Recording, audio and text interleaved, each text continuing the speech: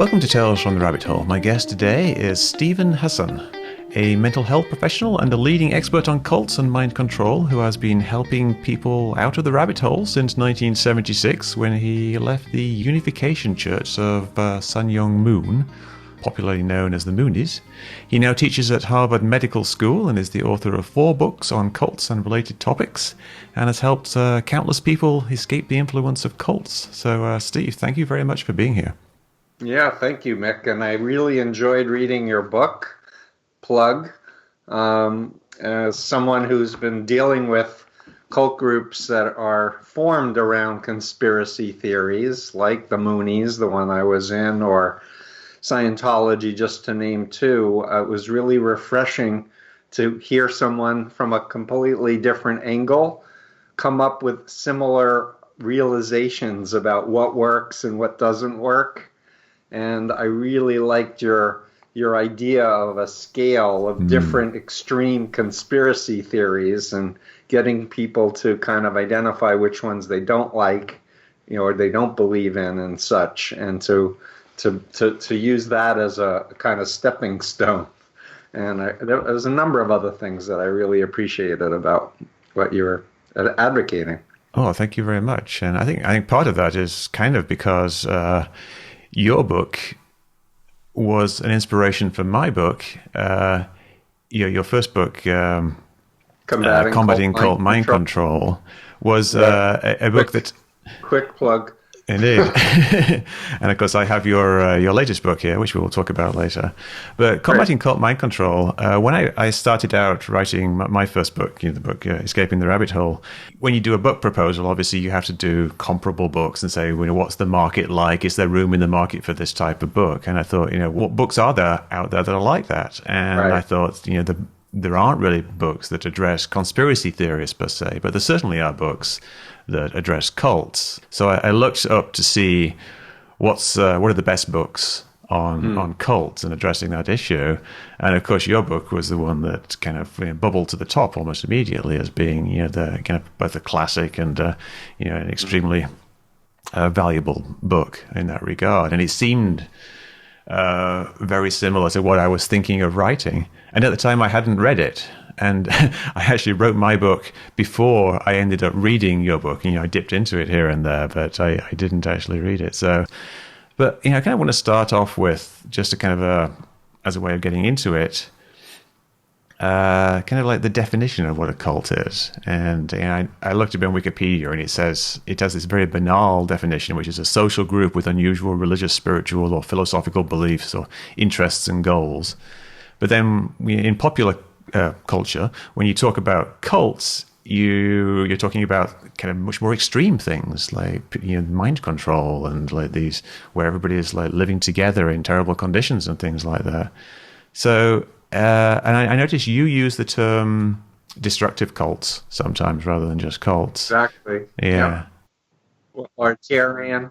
Yeah, I use the term false conspiracy theories to distinguish it from the more banal conspiracy theories. So do you have problems with language like that? And how do you define a cult, and how do you use the terminology of what a cult is in your work? Yeah, it's a good question. And over 44 years, and I just really want to emphasize, because in your book you tell stories of people who've escaped the rabbit hole and how they've gone on to help other people to understand it. That's my story in a nutshell. Because I was a student at Queens College and had no desire to join a group of any kind. So I was really interested in learning and growing, making the world a better place. But mostly I was interested in girls. And the women who were recruiting me were flirting with me, and that was the initial hook. But to answer your question, Mick, my view at this point is to think about a continuum of influence from ethical to unethical.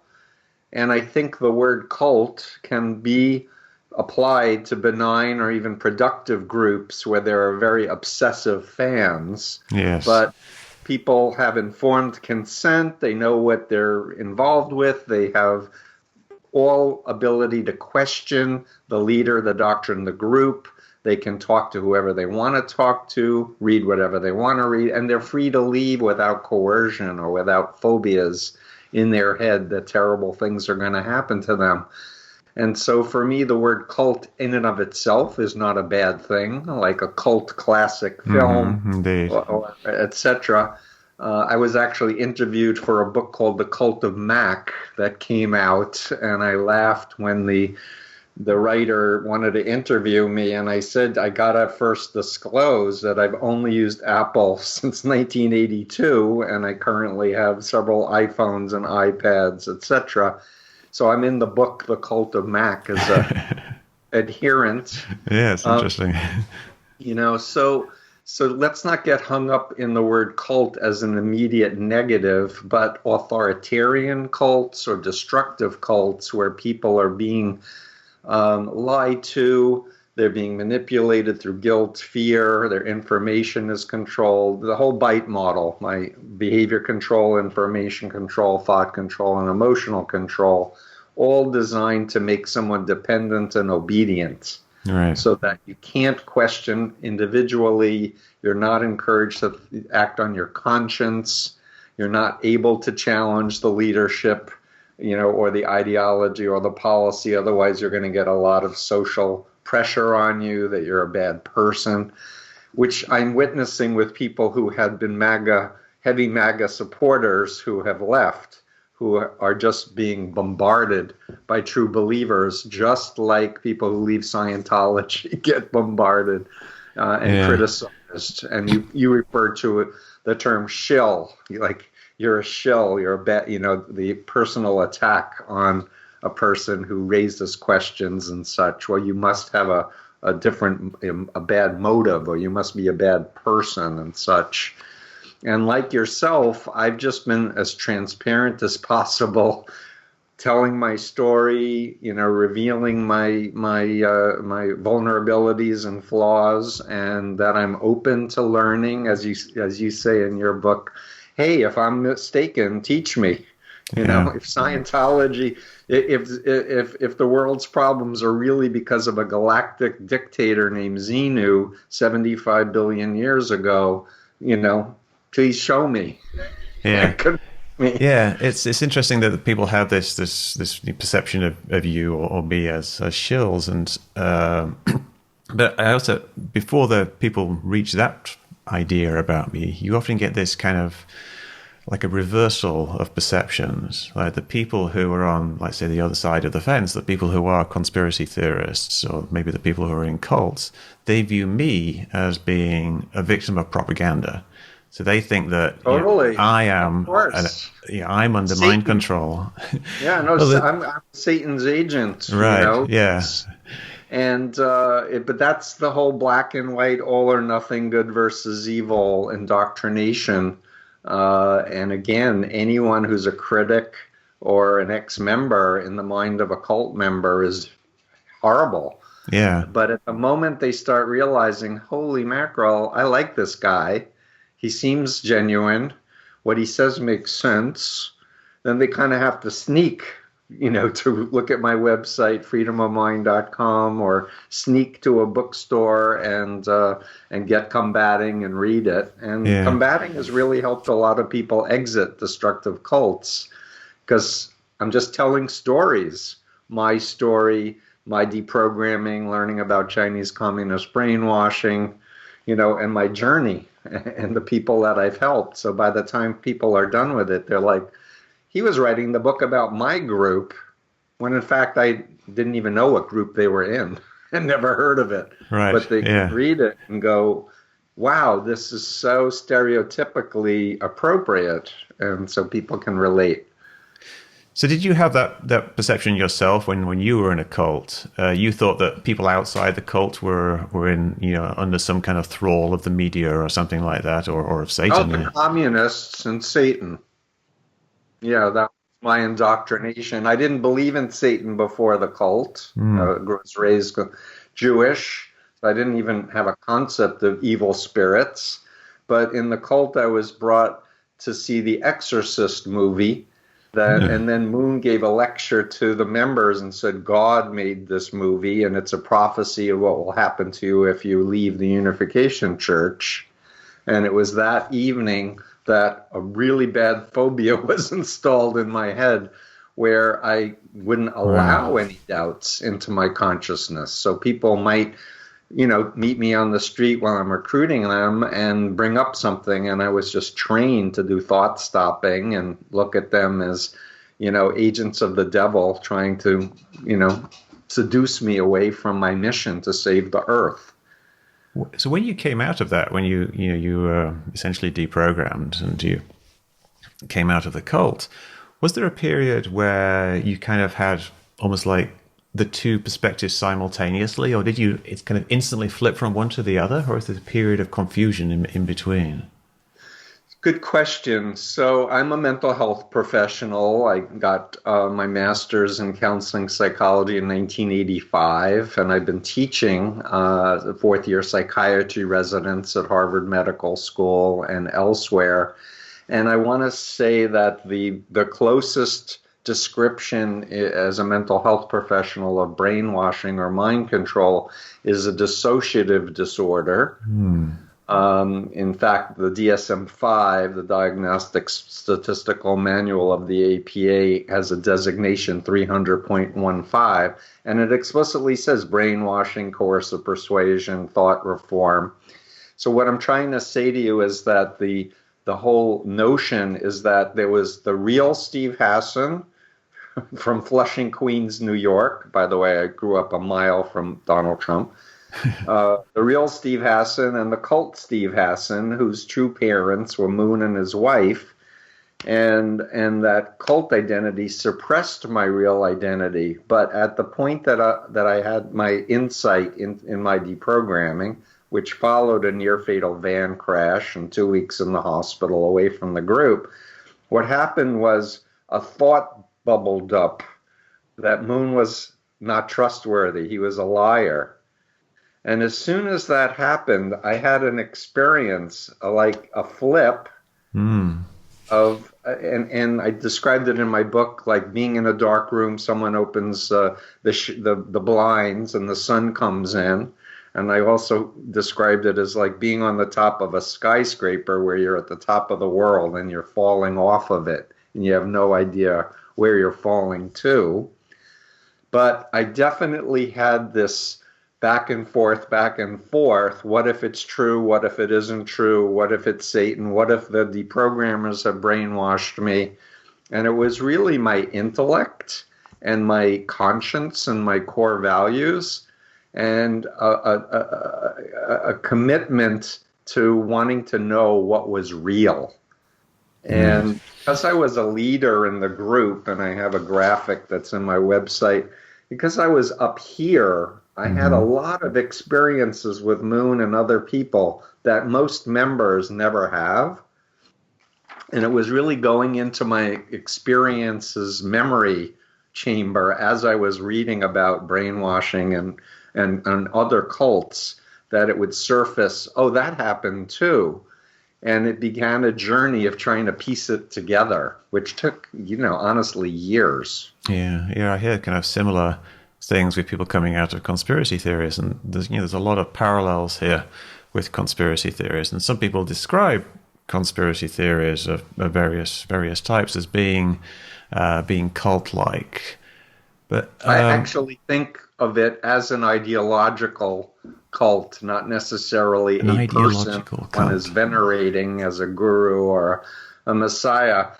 And I have a very, because I was in the Moon cult, which turned out that in my research, I found out I was an expert for a congressional subcommittee investigation into Korean CIA activities in the U.S., and I wound up reading 11 volumes of it after Jonestown happened. And I realized that actually the CIA set up the Korean CIA, and the founder of the Korean CIA said that he, quote, organized and utilized the Unification Church for use as a political tool. That I started to realize, aha, the communists know about brainwashing, but so does the CIA. Uh-huh. And so in my journey, I'm really weighted in the Universal Declaration of Human Rights, as opposed to any government or any alignment to an ideology. And I was, the Moonies were brought to the U.S. They bought the Washington Times newspaper, which they operated at a loss of over $2 billion for over 25 years. Who's giving that money and for what purpose? And so there's a whole political angle to this. And in your book, you talk about Russia and Russia's goals to do psyops, psychological operations. And I think that not only Russia, China, ISIS, maybe Iran, maybe other state actors are using groups online and in person to advance their agendas. Interesting. And so there's a deeper picture here as I see it, and all I can do, I'm 65 years old, is say, hey, everybody, the mind can be tricked. We can be made to believe bad things, and we can be turned against our own conscience, our own values, our own families and friends, against our own country, the Constitution. And let's be humble, which I love in your book as well, like, hey, if I'm wrong, let's look at the information, let's suss it out, because if something's legitimate, it will stand up to scrutiny. And if it's not, why would we, put our good name to it, invest time, energy, money in it?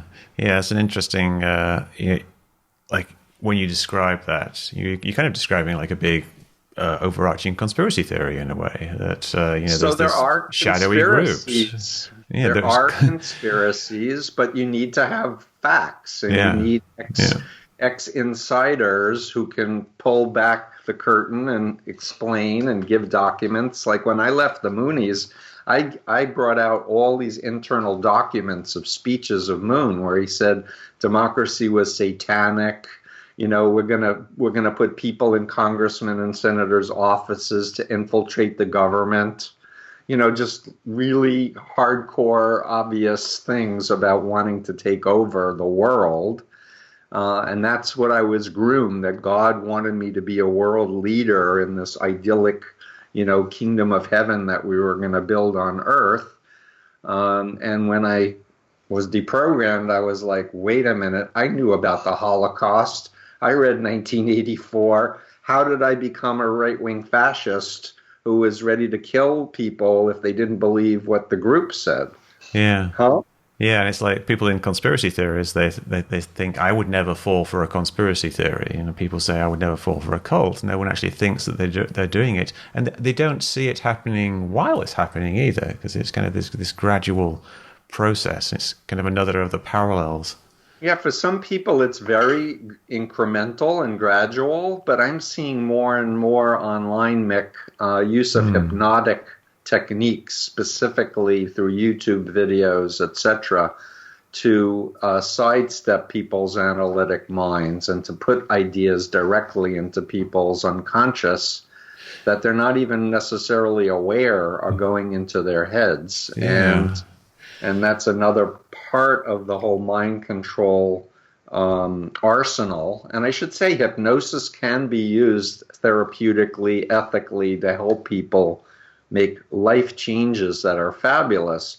But I would only trust a licensed mental health professional who's had a lot of clinical training with a board that holds them or tries to hold them accountable to the ethics, versus all these people online. I will teach you how to do hypnosis. I have a certification from some nonsense organization that has no bearing or no weight whatsoever, and it's very troubling.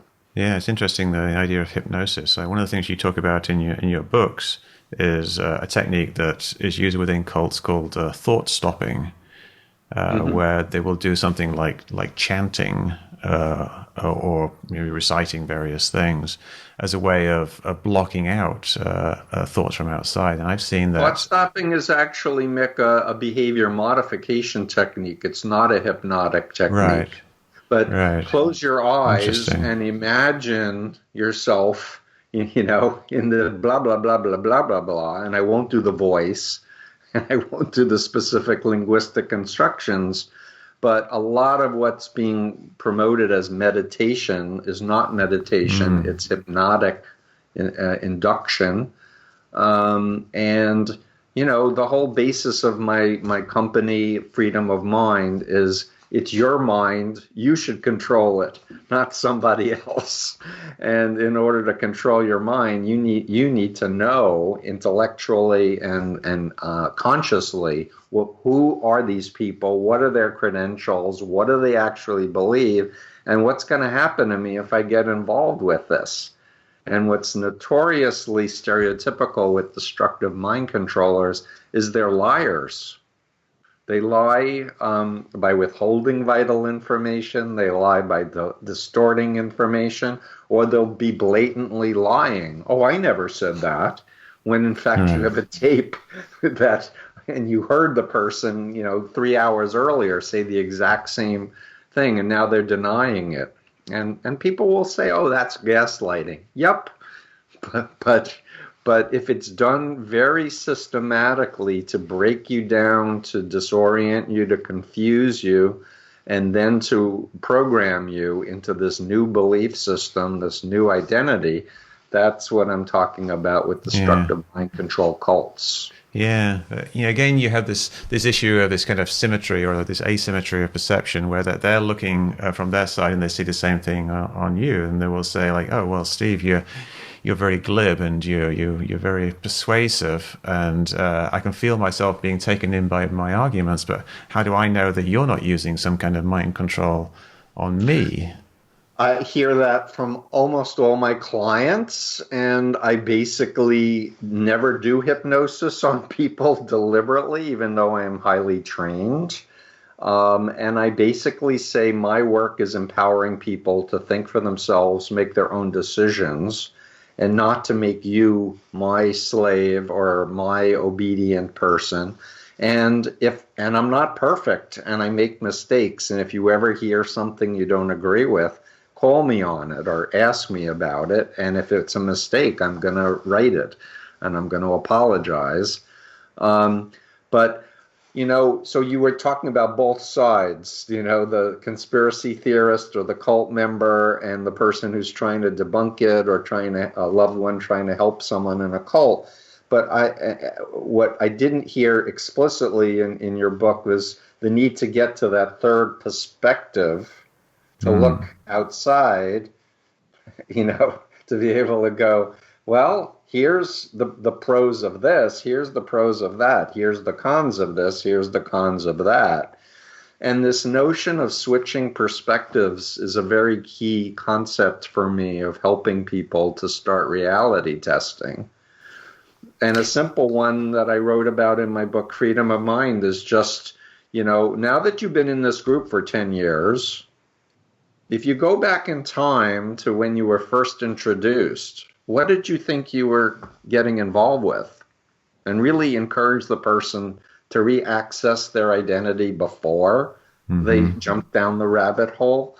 And if you knew then what you know now, do you think you ever would have, pressed that next button or gone to that free dinner or whatever? And those are very important reality testing techniques that I urge my clients who come to me for advice on how to help a loved one. I do intensive coaching in a customized way to help a specific, person to start thinking. And it has to be customized. Yeah, and you have this concept that runs through your books of the authentic self that a person has, like an authentic being within them that is being suppressed by these mind control techniques or this disinformation or whatever, and that if they escape, they will return back to their authentic self. Now, is it really the same as returning back to what they were before, or is it like a new authentic self? No, it's a good question, and it's a model, okay? And it's a model based on my own self-reflection, my own experience, as well as working with thousands of people over 40 years. It's more for me a sense of essence, try to find a word. Who is the true Mick? The genetic Mick who is creative and caring and idealistic and wanting to help other people, etc. Than it is a notion of a static, fully formed self. Because we know when we're born, our brains are not formed, and we have genetic coding that will emerge, but there are developmental steps and stages. And even talking about my influence continuum that I mentioned before, one could look at healthy developmental things in a family or unhealthy, where the healthy is the parents realize the child is unique and their job is to help them to grow up, to be their own unique self and to become individuated so they can function for themselves, whereas the authoritarian family system is wanting to make them dependent and obedient, often using corporal punishment when the child is young, and wanting the child to do what the parents want them to do or else. And for me, that's not healthy development and evolution. Yeah. Yeah, the whole idea of influence and undue influence is obviously like a big thing. Now, when you say undue influence, there's obviously people in your life that will have a lot of influence over you, like your teachers and your parents. And, later on, if you meet someone who becomes kind of a mentor to you in some way, or just like, a really good friend who you have conversations with, how can you tell when it's kind of a negative influence? Is it undue if it's just a very strong influence, like if you have a really good teacher? So what's the undue aspect of it? Really powerful teachers. And really powerful teachers, if you disagree with them, they'll say, "Tell me why." And if they're not persuasive why their point of view is better, they're not going to make you feel guilty or bad or reject you as a mentee. Whereas in a mind controlling relationship, it really comes down to in a sense. And here's another piece of the pie of a destructive authoritarian cult group is the leader is typically a narcissist, or in some cases a malignant narcissist, which includes the feeling of being above the law and the pathological lying and the manipulation and revenge factor and other things like that. And if a mentor is a malignant narcissist, I would never ask them to be my mentor.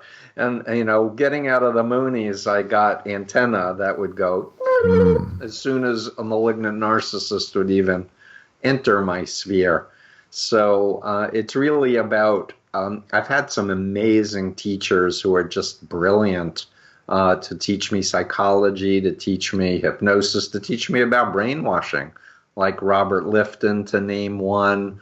Philip Zimbardo of Stanford is another mentor that I feel great gratitude for, supporting me as an ex-Moonie before I became a mental health professional. A lot of people operate from what's known as the fundamental attribution error in social psychology. Have you heard that concept before, Mick?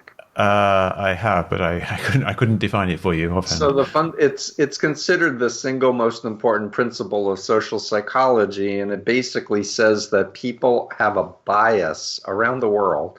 They have a bias when they're trying to understand a person's behavior. They tend to overestimate internal variables and underestimate social influence variables. So why did Steve get in the Moonies? He was weak. He was stupid. He was looking for a father figure. He didn't have a good religious upbringing versus, Steve wasn't educated about cults. His girlfriend dumped him. 3 women flirted with him and lied and put him through a systematic social influence process that subverted his ability to think for himself. The good news is that people don't like to be lied to. They don't like to be abused and exploited. And so over time, especially if they're spending a lot of effort in a destructive cult, they burn out or they develop, physical ailments, psychosomatically oriented in some cases even, to just get the heck out of there.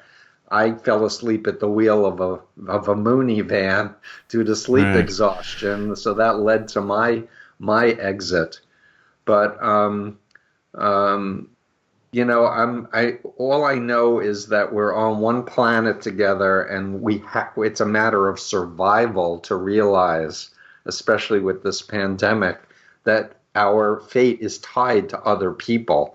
And if we know there are powerful forces wanting to create distrust, to sow confusion, to sow disharmony, to seed hatred, and we can look at it objectively, we can say no.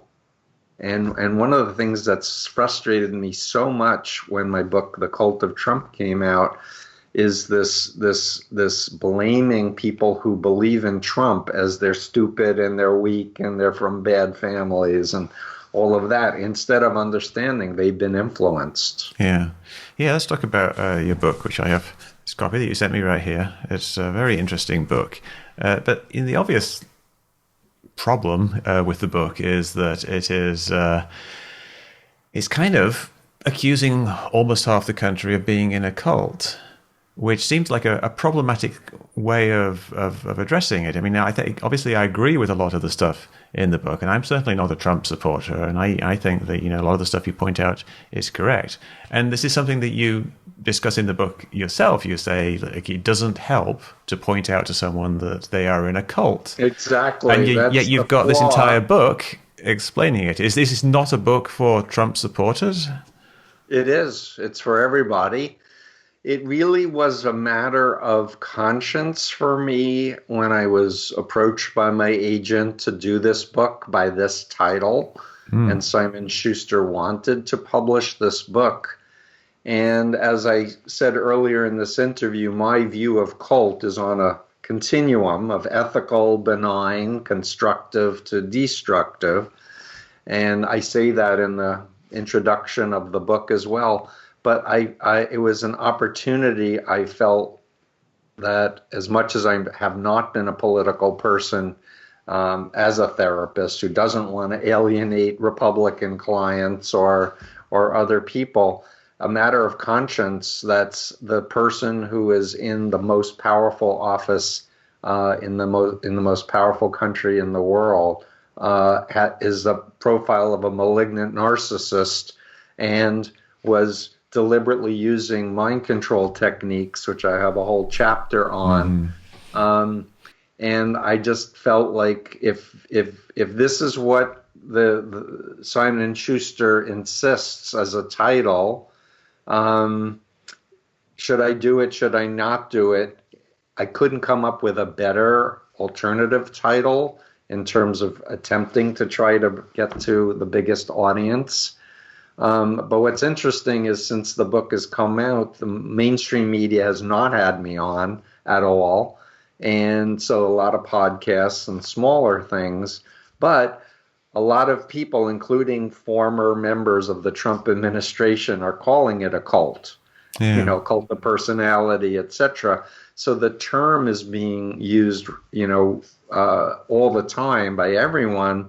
Of course, the Trump believers, write to me and say I'm in the cult of Soros and I'm a libtard and I've been brainwashed by the liberal media. So, but I'm like, well, let's talk. If you know more about brainwashing than me, please educate me how I've been brainwashed. But that invokes them needing to learn more about brainwashing and the basis and the models that I use. Now, it's a relatively new book. Yep. Have you got feedback from people that it has helped? I have not heard from more than a handful of people who were MAGA, trolls and supporters who said, wow, your book woke me up. I've had more contact with people reading Combating, because I don't talk about Trump in it. Maybe I mention it in the new introduction, 2018, but other than that, there's nothing about Trump in it.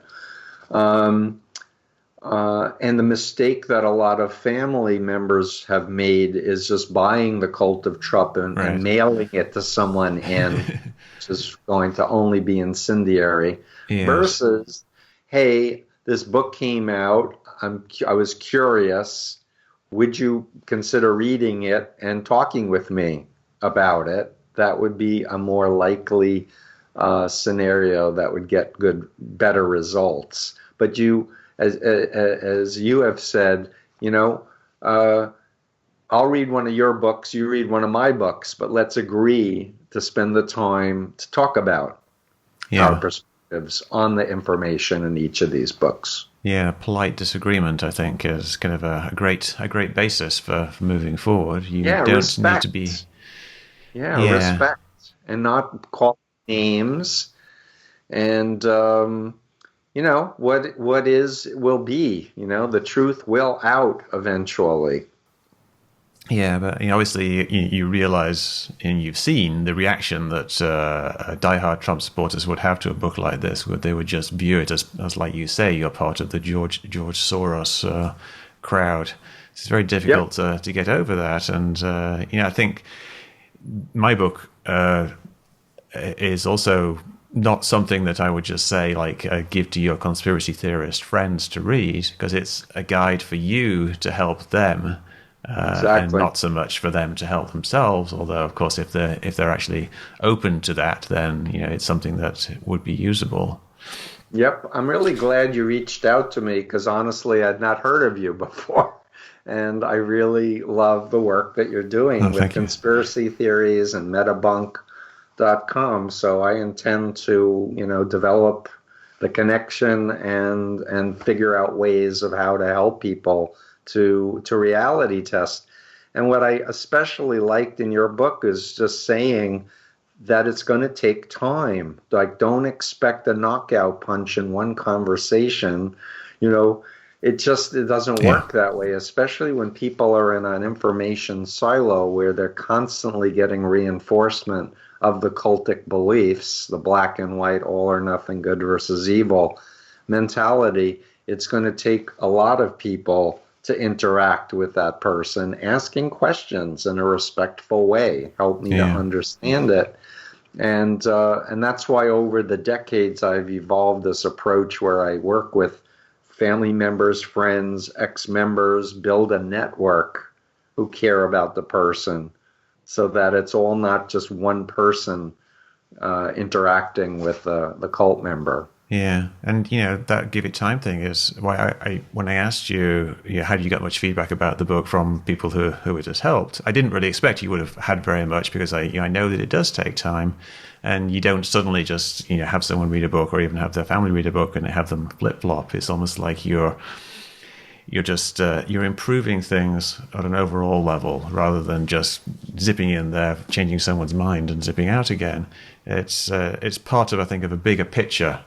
A way of having people look at these issues and being aware of these issues and figuring out how to deal with them and getting these avenues of communication going. Yeah, and letting people know that there's someone they can go to or a website when they're ready to read, to poke around. Yeah, the information is out there. A lot of people are finding conspiracy theories, they don't even realize that there is information from the other side, which is good information, and it's something of a revelation when they actually get this source. Something like former believers. I know this is something with cults, that they have this information control. It's a big part of your BITE model, how you define cults. Big part of this information control. They stop you from hearing about people who used to be in the cults, and so it's important to get that across to people.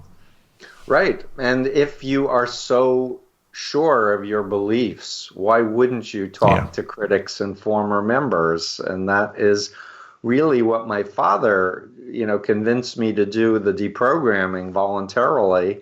He was like, your mother and I just need to know you're not brainwashed and Right. you're thinking for yourself. And I said, trust me, I know I'm not brainwashed. I know that I'm not in a cult. And they said, prove it. Just give us 5 days, listen with an open mind to these, and they were ex-Moonies, out of the four. And if you want to go back at the end of 5 days, we'll drive you there. My father said this, and at least he said we could sleep at night knowing we did the responsible thing. Yeah. And he touched my heart. And it was like I wanted to prove to him I wasn't brainwashed and I wasn't under mind control. And that was my mindset going into the deprogramming, where the ex-members weren't mean, nasty, all the things I had been programmed to expect of ex-members. And I learned about Chinese communist brainwashing. And in the Moon cult, when I was in, it was very anti-communist, and it was Satan's army to take over the world for Satan. So I was very interested and open to Chinese communist brainwashing techniques. So when they went through Robert Lifton's Thought Reform and the Psychology of Totalism, I was interested. And then each one, as we went through it, by the time that we did all 8, I was thinking, communism is Satan, we're God, but we do the same 8 criteria. I still wasn't able to make that next step in my mind, but it started creating that dissonance of this does not add up. Yeah, the key for you there wasn't so much that the information, it was that the fact that you got the information into your head, which only happened because you had your family there who were able to persuade you to be a bit more open-minded and actually consider that information. And I think like a real key that you talk about is having good relationships with people that you're trying to help. And something that kind of I find a bit disturbing on social media is the trend of unfriending people who you disagree with. Like if someone posts something that's pro-Trump, say, people will say, "Oh, another friend culled from my friend list because they have a photo of themselves in a MAGA hat or whatever it is." Yeah, no, that's what cults want, is for family members and friends to get angry and fed up and cut off contact, because that leaves the person completely under their influence and control. And that's why, again, another point where I agree with your approach is just saying, look, I'm your brother or I'm your best friend from childhood. I'm going to always be your friend. And we may disagree right now, but the important thing is that I value you. And we've had all these incredible life experiences together. And if it's a family member, I love you. And no matter what, I love you. And let's stay in touch. Yeah, no, I mean, people do even cut off family members, but so they also cut off people who are just like friends or even just like casual acquaintances that they know and they call their friend list. And I think for some people it's kind of a self-preservation thing because they just get so upset with all of this, what they see as. So, and then coming back to, again, my approach and your approach, you can say, you know what, let's put our disagreements on a shelf and let's just like talk about things we both agree on. If you're a dog lover, a cat lover, a sports fan, or something else, let's leave the controversial stuff and let's just be in each other's lives. Yeah, is an intermediary step. Yeah, and you describe that as having regular positive contact in the cult of Trump. Which it does have. Chapter 9 is a very kind of practical chapter where you go through the various stages where people can help other people, and you're talking about having good relationships and building rapport and trust, which is a very important thing. And Exactly. it's an interesting thing though. Like you're trying to build rapport and trust, but in a way that becomes suspicious to people because they think you're trying to use psychology against them. How do you maintain a genuine rapport and trust with people and stop them being suspicious of your overtures towards them?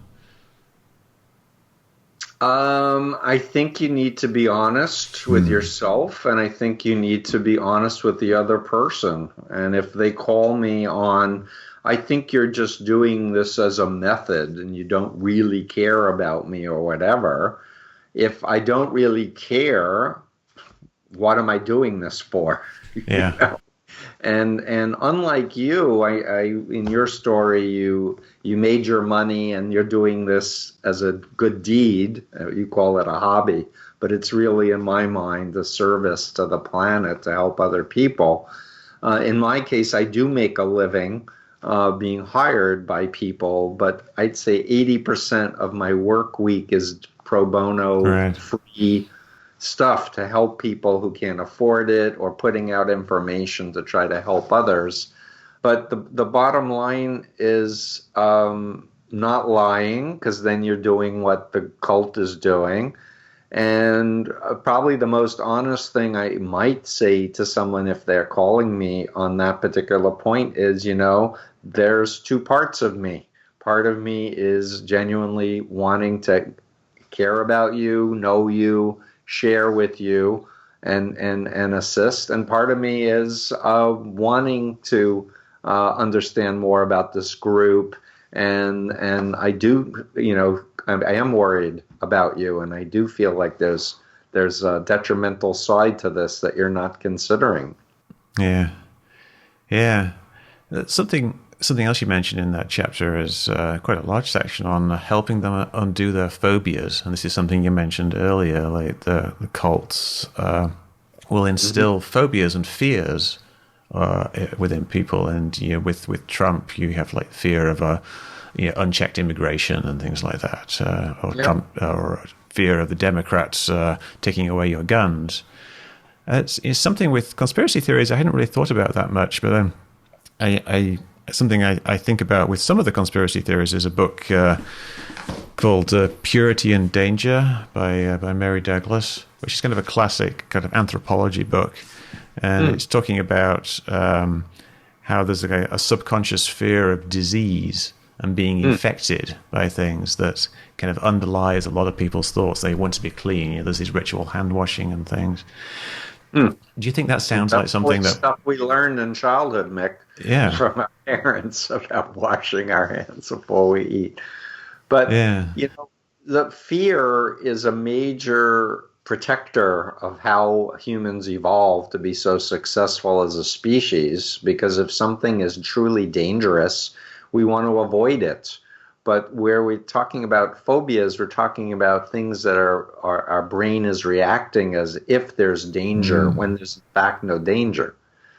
And the only way to evaluate is using our analytic, critical mind. So for example, if a person has a phobia of dogs and they're shown a book with pictures of dogs and their heart starts racing and they start having an anxiety attack, I say, there's no danger in looking at a picture of a dog. Right. Let's learn techniques for how to get rid of that trigger, that association, and use your critical thinking to know the difference between a rabid dog, it's a Doberman Pinscher, or a pit bull, versus a little puppy versus a picture. Yeah. And I've outlined a 3-step phobia intervention in my book, Freedom of Mind, because once you understand the difference between a legitimate fear and a phobia and how to fix a normal phobia, the next step is teaching people about how other groups put phobias in people's minds to control them and getting them to agree, yep, that's really obviously bad. That's a bad use of phobias. And then the question of, if you decide you want to exit your group or your belief system, what do you think is going to happen? And waiting and being quiet while the person thinks about it. they if they are in a programmed state of mind, they're only going to be able to generate negative scenarios of being taken over by evil people, or being in hell, or evil spirits invading them, or aliens, taking over the earth or whatever. And teaching them how to meet ex-members who've left and they don't have these anymore. Yeah, it's interesting. Like, that brings to mind kind of, we were talking about symmetries in perceptions here. With that, there's kind of a thing from the Trump supporters side where they say that you're a brainwashed Democrat or whatever, and then they have a movement which is, I kind of think might be a bit of an AstroTurf movement, which is the I can't remember what it's called now. It's like the leaving or stepping away or something about it. It's a movement where people move away from the Democratic Party, and because they think Democrats are become corrupt over time. And this is something that's promoted by... Both parties are corrupt. Let me state that. I wrote in The Cult of Trump about a cult called The Family that's been operating in Washington for 80 years. They do the National Prayer Breakfast, and they have Democrats and Republicans and atheists and libertarians in the family. And I recommend people watch the Netflix series The Family if they want to. I watched it. It was very interesting. It's kind of an eye opener as well. The amount of influence that religious groups and this just the prayer breakfast has on Washington is quite astonishing, really.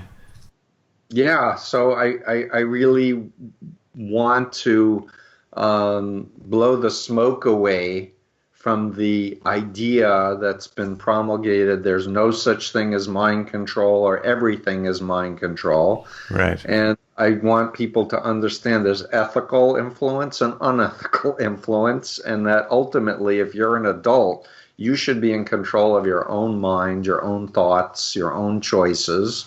And you need information to make good decisions. And if you're only getting information from one news source, one Facebook page, or a collection where they're all mirroring the same beliefs, and those beliefs are black and white, all or nothing, good versus evil, and put down everyone else, just knocked over a tripod, and demonizes everyone else that doesn't believe what they believe.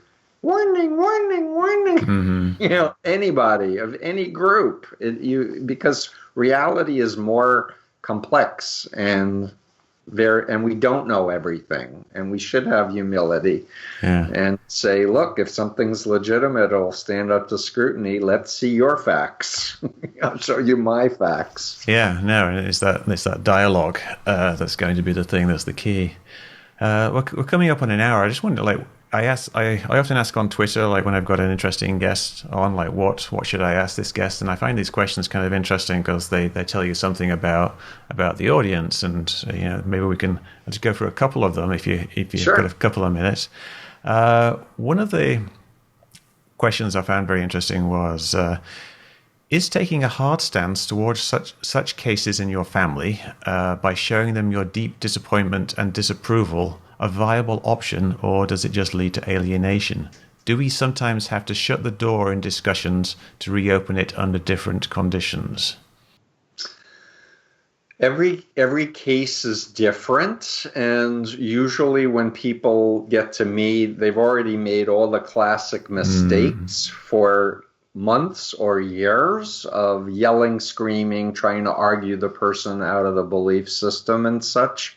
So again, I recommend let's start over.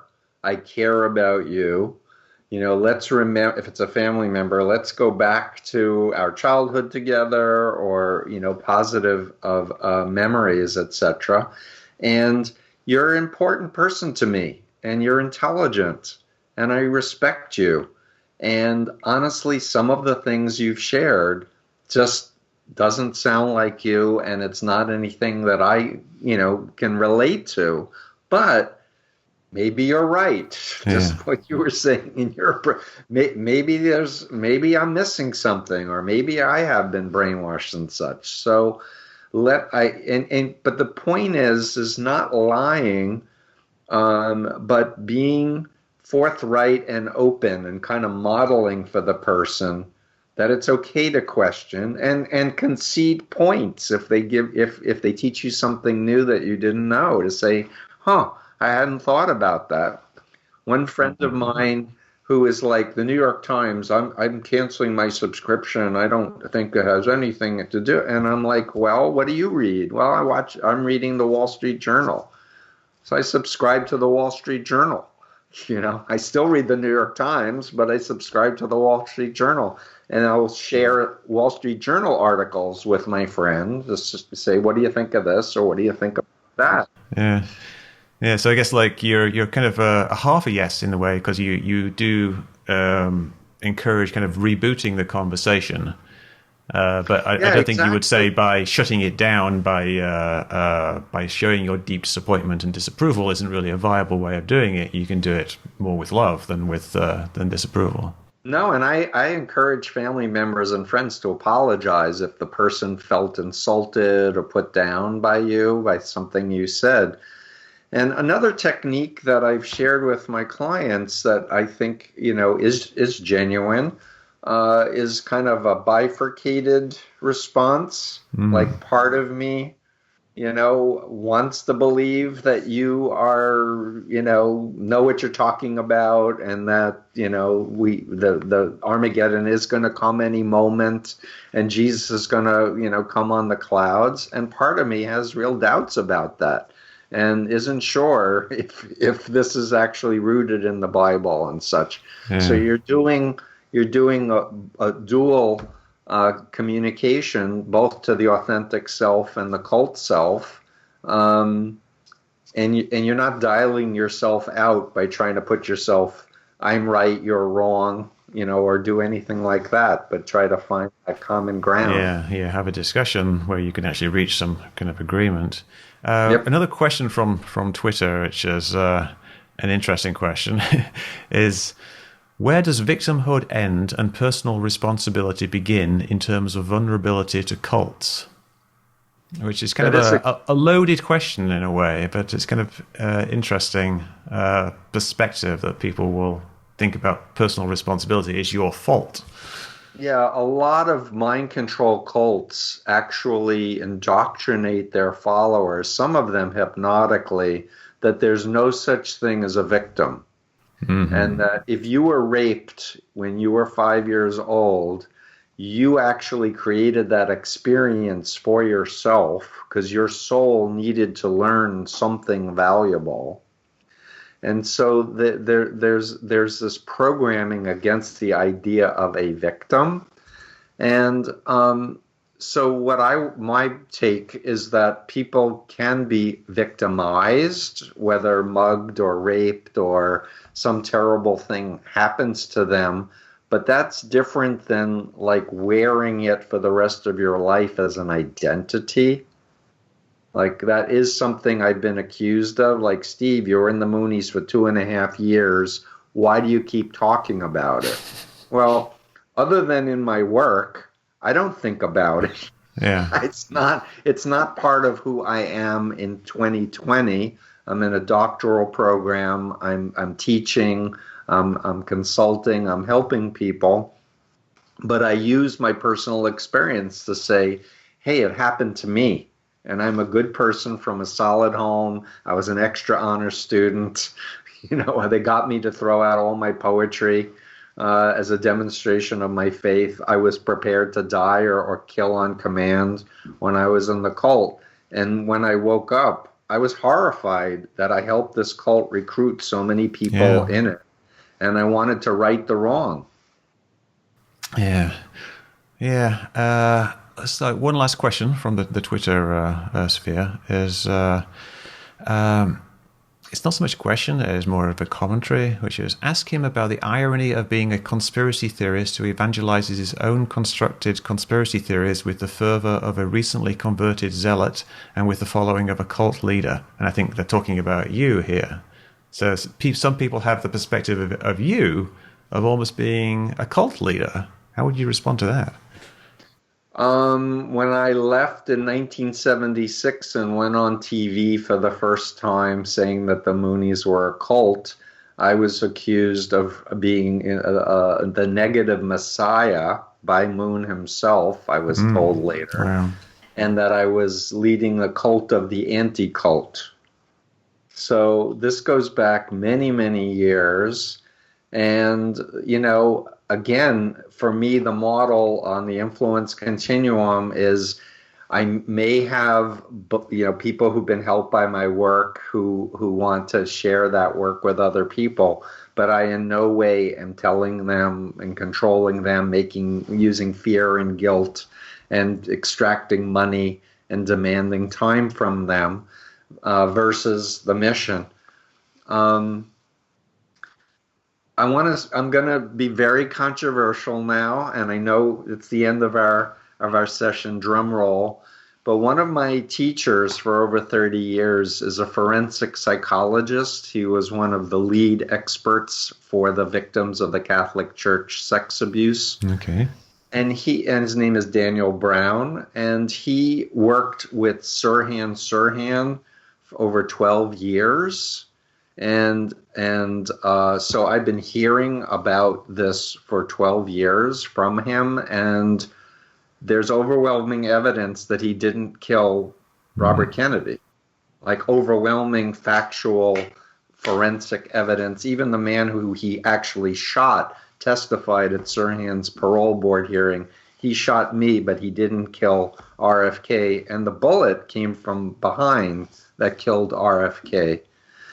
So was there a conspiracy? Actually, my mentor says he was hypnotized and brainwashed, MK Ultra, to be a distractor Right. for RFK's assassination. Interesting. And there's a documentary film that's on YouTube where he does a long interview about this. So MK Ultra was real. The CIA has used groups like mine to do their bidding in America and in other places. I actually fasted for Richard Nixon during Watergate because God wanted Nixon to be president as a Moonie. And Sun Myung Moon actually went to meet Nixon after a family prayer breakfast in 74, I believe it was. So this is a conspiracy, but we have facts around this. And so the whole deep state thing, it's not a black and white all or nothing. There are people involved with the spy world that have done some very bad things, and they don't want to be held accountable, and they should be held accountable. It's fascinating stuff. Like, yes, it's where does the truth begin in conspiracy theories? It's always a very kind of murky subject because you don't have this access to easily verifiable information. Like you're talking about something like that a friend of yours told you, and it's hard for me to then go in and verify that. And you get the similar types of things in other theories. But I'm saying, Mick, as you've done such an incredible job with chemtrails and contrails, like there really is a lot of work that has factual basis to it. Yeah. But I brought this up at the end just to for any of your listeners to understand I'm not like all or nothing, or the Democrats are perfect, or the CIA is great, or whatever. Yeah. No, but my frame is we know a lot about how to manipulate and indoctrinate and program people into mind control cults, and there's methodology that has worked to help people wake up and exit them.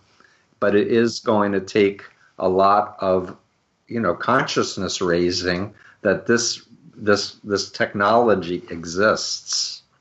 This actually exists. Fascinating stuff. And I want to thank you very much for sharing all that with me and being on the show. And thank you for your books. Thank you for sending me this book, The Cult of Trump. It's a very interesting book. yours and explaining it kindly. Yeah, the cult of Trump. It's obviously not something that's going to appeal on its face to everybody, but it is really kind of a book, I think, that would be of interest to anybody. And even if you're deeply on the other side, it's good to know what the other side is actually talking about, so that you can honestly refute their arguments rather than just demonizing them. So, yeah, it's a very interesting book, as are your other books, especially like Combating Cult Mind Control, a classic, which inspired my own work. And where can people find you on the internet? freedomofmind.com is my website, and Twitter, I'm Cult Expert. As on Instagram, I'm Cult Expert, and I have a YouTube channel. You can look up Freedom of Mind Resource Center, which is my company name. All right. And I have, 200 free videos so that people can look at. Okay. Any closing thoughts? I'd like to talk more with you, actually. If you're open to doing an interview, sure. I'd like to talk about, COVID conspiracies and, just what the future could look like and what it, and how to empower more people to reach out to their friends and family that have gone down the rabbit hole, whether it's just a conspiracy theory or a full-fledged cult organization that they were recruited into online. Yeah. So if you're open to it, maybe we can do another, and I'll write a blog and introduce you to my folks. No, I would love that. That would be great. Yeah, it's cool. the more the merrier. The more the better. Great. All right, Thanks Stephen. So much. Thank you. Thank you very much. Have a great day. I'll let you go. You too. Bye. Bye.